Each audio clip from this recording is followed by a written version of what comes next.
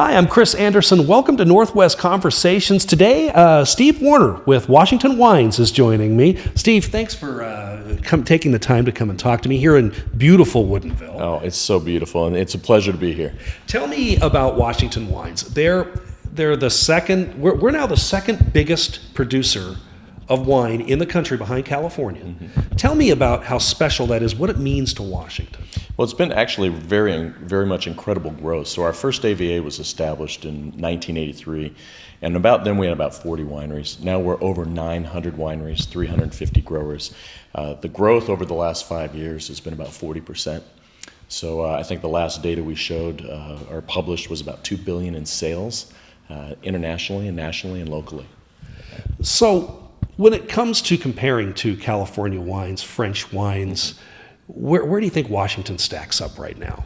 Well, I think the recent data proves and shows without a doubt that we belong on the global stage, that we are global competitors.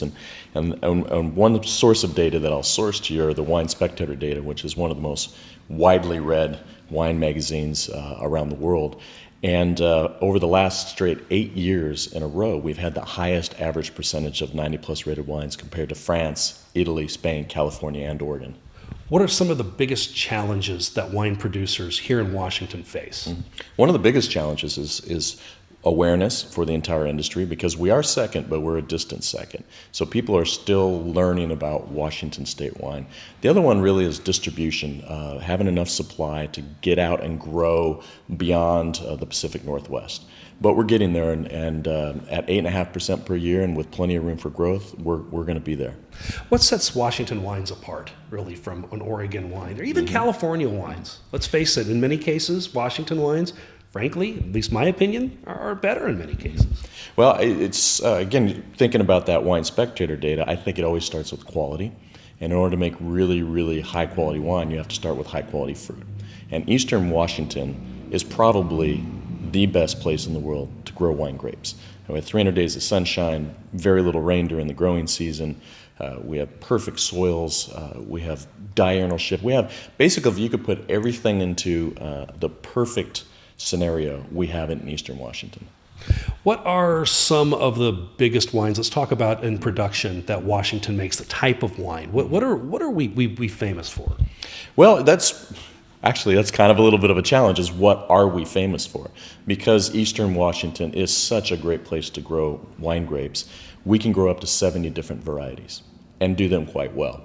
And that's part of the challenge, is a lot of people know us for diversity, not for a single variety like in other regions. But recent growth and recent data, such as last year's the 2016 harvest, we had 270,000 tons of grapes crushed. That was up 22% versus the prior year. And the biggest growth was actually out of Cabernet Sauvignon, which was 50% growth year on year, which makes Cabernet Sauvignon the #1 variety by acreage and by tonnage. Closely thereafter is Merlot, Syrah on the red side, and then the white side we have Riesling, Chardonnay, and Sauvignon Blanc.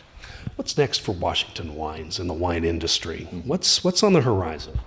Well, you know, it's funny. It's you look back several years, and we're viewed as kind of that cute little cottage industry, that one-off, that one-hit wonder, so to speak.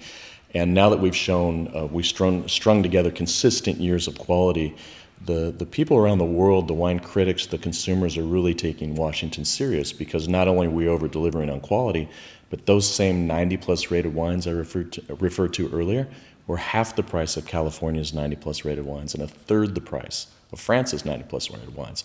So I think as we continue to create that awareness, and people across the world have an opportunity to enjoy Washington State wine, I think we're going to continue with some really strong growth. Let's talk about Washington Wines, your organization. Let's talk about your advocacy. What is it you guys are up to right now? Well, Washington State Wine, or the Washington State Wine Commission, our #1 focus is raising awareness with trade and media, which are the influencers in the world, basically. We feel strongly that if we can influence the right influencers, so to speak, that we can get a lot of leverage in helping us spread consumer awareness. And so that's really the #1 focus, is raising awareness with influencers. The second one is on the viticulture and enology research side. We put roughly about 25% of our budget towards growing better grapes and making better wine. So if we're this good already and we continue to invest this amount of money into research, the sky's the limit. Excellent. Well, Steve, thank you so much for pleasure. joining me. This has been Chris Anderson. Joining me today was Steve Warner with Washington Wines, and you've been watching Northwest Conversations.